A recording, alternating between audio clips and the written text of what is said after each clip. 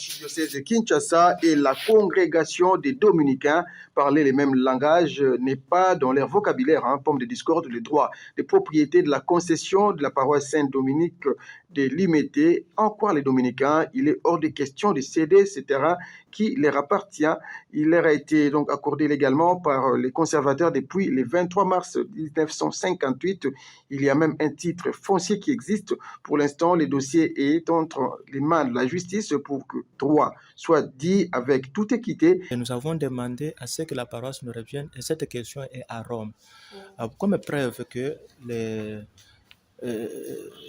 la procédure continue, nous avons reçu les récépissés le 5 septembre où notre avocat à Rome a déposé les mémoires reçus par la signature apostolique. Et cette question n'est pas encore vidée. Qui est propriétaire? Est-ce l'archidiocèse ou les dominicains? Et nous disons, c'est nous qui sommes propriétaires de ce terrain.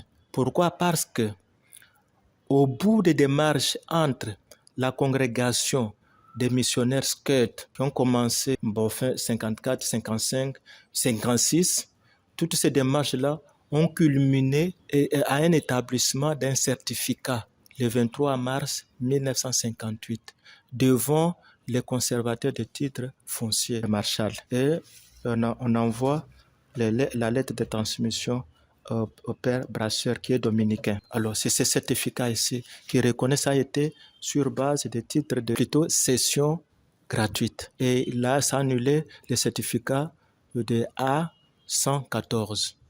Ça a annulé ce certificat-là. Et en 1954, le deuxième certificat, troisième partie 98 et en 99, on a réunifié tous les taux. Jusqu'à aujourd'hui où nous avons ces certificats. Ça c'est, nous avons saisi la justice contre la décision du conservateur rappelant notre certificat. Nous n'avons jamais traduit en justice l'archidiocèse. Et quand nous aurons maintenant le jugement, le conservateur va interjeter appel, c'est-à-dire va initier un appel contre le jugement au niveau de la cour d'appel. Et la procédure est en cours. Le 17 novembre, nous allons encore nous retrouver devant la cour d'appel.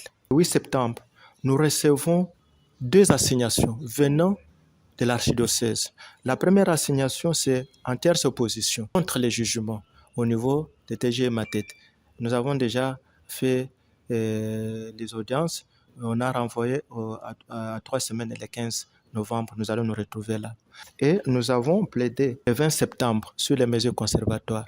On a pris un délibéré par après, avant qu'on rende le jugement sur les mesures conservatoires, on a suspecté la juridiction et puis nous sommes allés à la cour d'appel qui a délivré les données actes. Et maintenant la cour s'est prononcée, nous a entendu en plaidoirie sur les suspicions légitimes pour voir si on peut changer de juridiction.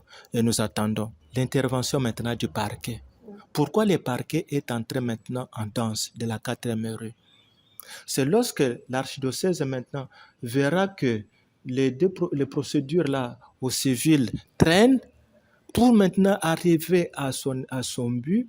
Il est allé maintenant, l'archidiocèse effectivement est allé au parquet de la 4e rue, parquet Kinshasa Matet, déposer une plainte pour la suspension des travaux. Et après, lorsqu'il y aura fermeture de l'église qui a été reconnue par l'abbé que ce sont l'abbé Louillet, que ce sont les jeunes de la paroisse qui ont fermé, contrairement à ceux qui disaient avant que ce sont les dominicains, alors pour justifier la réquisition, alors ils sont allés prendre une autre réquisition. Les deux, ils sont venus maintenant casser les portails de l'église, forcer les portes de l'église et après menotter les frères. Le premier, ils ont enlevé les frères qui a passé toute la journée au cachot. Les 3 passent, les 4, ils viennent maintenant casser les restes.